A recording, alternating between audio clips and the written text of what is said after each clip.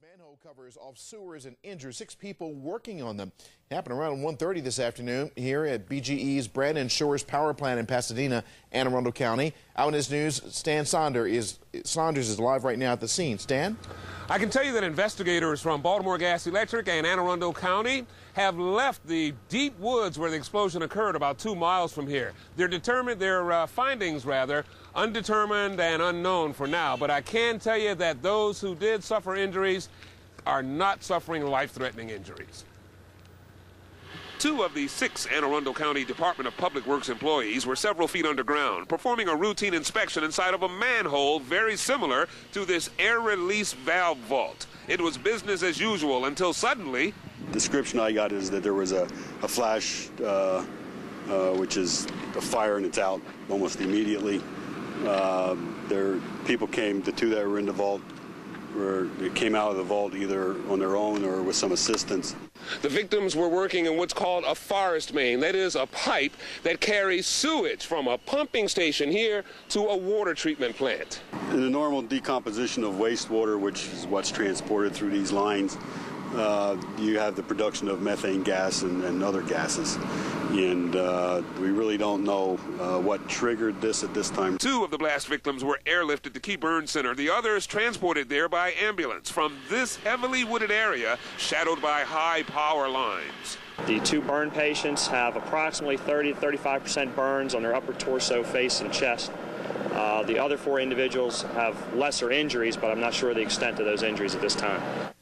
Within the past hour, an Anne Arundel County spokesperson told us that he does know that one of those workers was working with an electric drill. However, we don't know for now whether or not that drill was a major contributor to this explosion that remains under investigation. Back to you. Certainly could have been much worse, Stan. Much worse. Eyewitness News live in Pasadena, Anne Arundel County. Tonight, one DPW spokesman also says in his 35 years with the department, he's never seen anything like this. The accident left 6 men injured and was completely avoidable. In this video, we will review the policies and procedures in place to keep public works crews safe while doing a dangerous job in confined spaces. Frank Wyman, a veteran of the county since 1978, suffered the worst injuries from the accident. I was operating the impact gun. My partner at the time, Byron, was holding the wrench stationary on the nut, and then the next thing I know, everything inside the manhole went to a shade of blue, and then everything seemed to slow down, go in slow motion, and I noticed how hot it was, and I knew something was wrong, and I looked down at my arms and just physically watched my arms swell and then burst like blisters, and then after that, I don't remember anything until one of the other guys, Mark Boyes, had reached in and pulled me out. I was off for 2 years. I went back to work in July of '04, and I was a pain in everybody's butt about it. You know, nobody wanted to haul without, forced air ventilation. Nobody went in the hole without a gas detector. Nobody went in without a retrieval unit being set up. I didn't have any authority to enforce it, but I did make my voice heard. You know, we've been through it once, we won't go through it again. But now, being a supervisor, I will watch all the safety aspects of the job. The thing that did come out of this accident for us, though, as a shop, as a group, that everybody is a lot more cautious about a lot of things that they do now. You know, gloves, safety glasses, ear protection, all the way up to the ventilation and gas detecting units. So what exactly is a confined space? It is any enclosed area that is large enough to enter and work, has a limited means of entry and exit, and is not designed for continuous occupancy. We in Public Works are constantly working in spaces that potentially contain low oxygen levels. Sometimes they contain toxic, flammable, or explosive gases. It is important to stay alert, take the appropriate safety measures, and follow the procedures in place. There are 3 basic types of confined space, which each have specific safety procedures and equipment requirements. Following the procedures will guard against explosions and injury, and is important no matter how routine the work appears.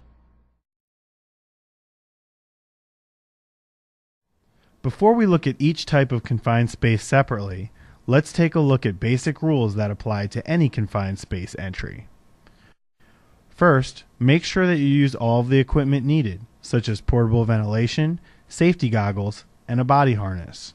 Second, know your responsibilities as an entrant, attendant, or supervisor. Third, post signs to warn potential passers-by of a hazard. Mechanical technician Byron Belcher was working inside the air release valve vault when Frank Wyman was injured. You don't want anything that's going to make any spark till you can correct by ventilation the gas situation that's existing in the manhole. When it gets to a safe level, you can use regular tools then, but try not to use anything that's open spark. Example would be electric drill. As far as your personal gear goes, you want to use a tie-back suit or something similar. You want to use a hard hat, and you want to use goggles at all times, because you never know what's going to fall on you or splash on you or whatever. So do your PP&E stuff before you even think about getting in the hole. The following equipment is what you'll probably need to safely go into the hole and make any repairs needed. First of all, you're going to need a portable ventilation device. And you're going to need approximately 50 feet of extension cord, because a lot of times you can't park your power source close to whatever you're working on. The next two pieces of equipment that you're going to need is you're going to need the retrieval system. You want to keep this in a bag so you know where it's at. You don't want it to be knocked around. The other part you're going to need is you're going to need a gas detector. I suggest you have two gas detectors, one for a backup, and try to limit the people that use it, because you don't know if they knock it around or whatever.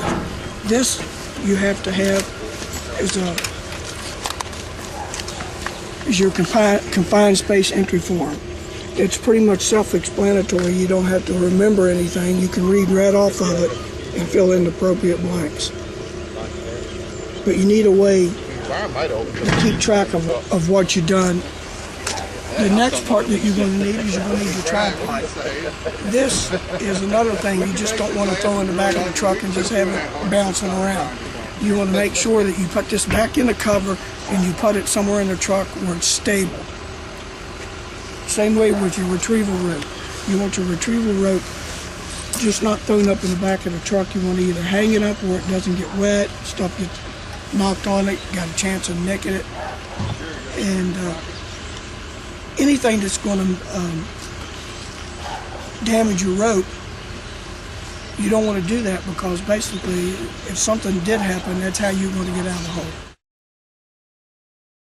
A permit-required confined space is perhaps the most common entry procedure public works crews will face. A permit is required in the following situations: when the space contains or potentially contains hazardous atmosphere, contains material that could engulf you, has tapering or sloping walls that could trap you, or if some other health or safety hazard is present. Air sample required confined spaces do not require a permit, but it is still important to determine if there is low oxygen or dangerous gases present. Taking an air sample is still required in areas such as a ventilated basin, storm drain, or a water vault. A permit is not required if forced or natural air circulation can keep the air clean. Special permit required confined spaces are the least typical and most dangerous. These include spaces with chemical hazards, such as a lime silo or fuel tank. Special permit required work usually involves an open flame. Any entry before the permit is signed is prohibited. One of the most important things to remember when beginning work in a confined space is to be aware of energy hazards, such as electricity, gas, hydraulic fluid, and chemicals.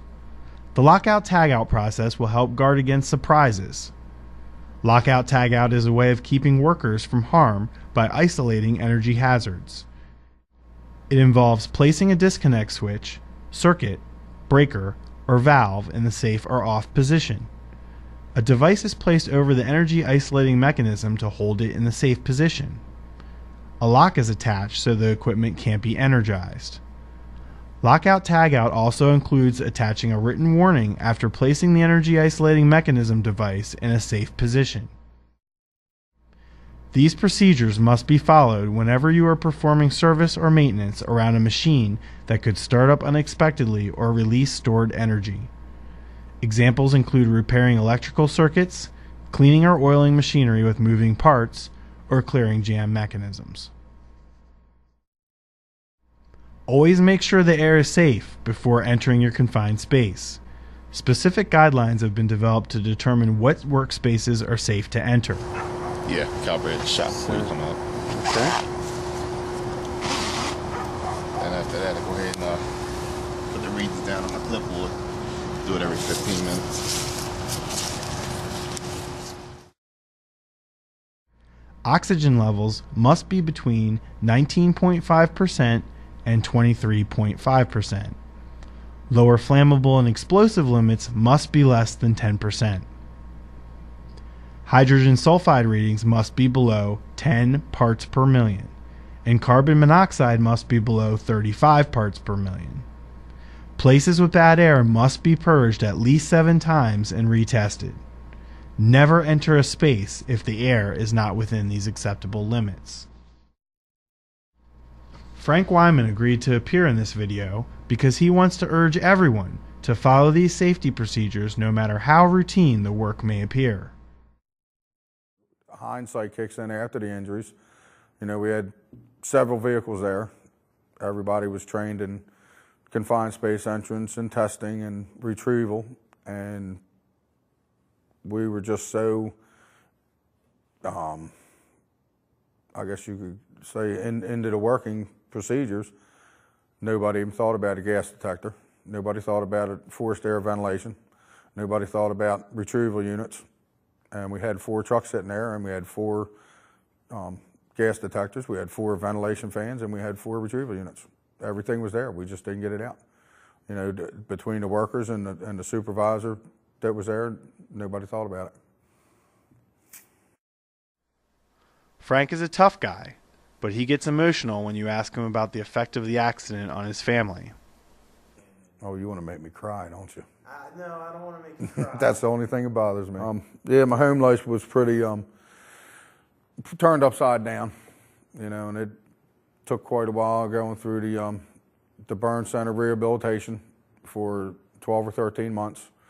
Then I had to have 2 shoulder surgeries because when Mark reached in the hole to pull me out, he grabbed my arm and just yanked, and it just, you know, it relocated, you know, my shoulder joint. It tore my rotator cuff, but I really didn't care, and they said that's probably the thing that saved my life, was him pulling me out. You know, my son played football. He wrestled.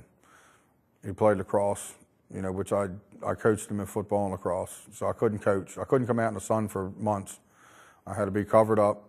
I had to wear, you know, wide brim cowboy hat, be under a tent or an umbrella all the time for probably 2 years. My daughter had just been in high school, and she was on the varsity cheerleading squad at her high school at Northeast, and I couldn't help with the cheerleading. You know, I was just a volunteer parent that helped with, you know, spotting or setting up mats and stuff like that. And I lost 2 years of doing that kind of stuff with my kids. But you can now. And I can now, but the 2 years I'll never get back. It goes like from underneath, all around here. This is all the leftovers, then all leftovers down here, all the skin grafts. I lost 2 years of my life. Yeah, after the accident, I mean, I was in the burn unit for 17 days. You know, having first, second, and third degree burns on your body. You know, my right arm was burned so bad I could actually see the elbow joint moving, the bones in the elbow joint actually moving. You know, there's still scarring on my legs that'll be there for the rest of my life from the grafting donor sites. And then the scars on my arms will be there forever, on my face, on the back of my neck, behind my shoulders. You know, it's never going to go away. It's going to be a constant reminder of not thinking one day, you know, taking something for granted and kind of jumping into something without looking.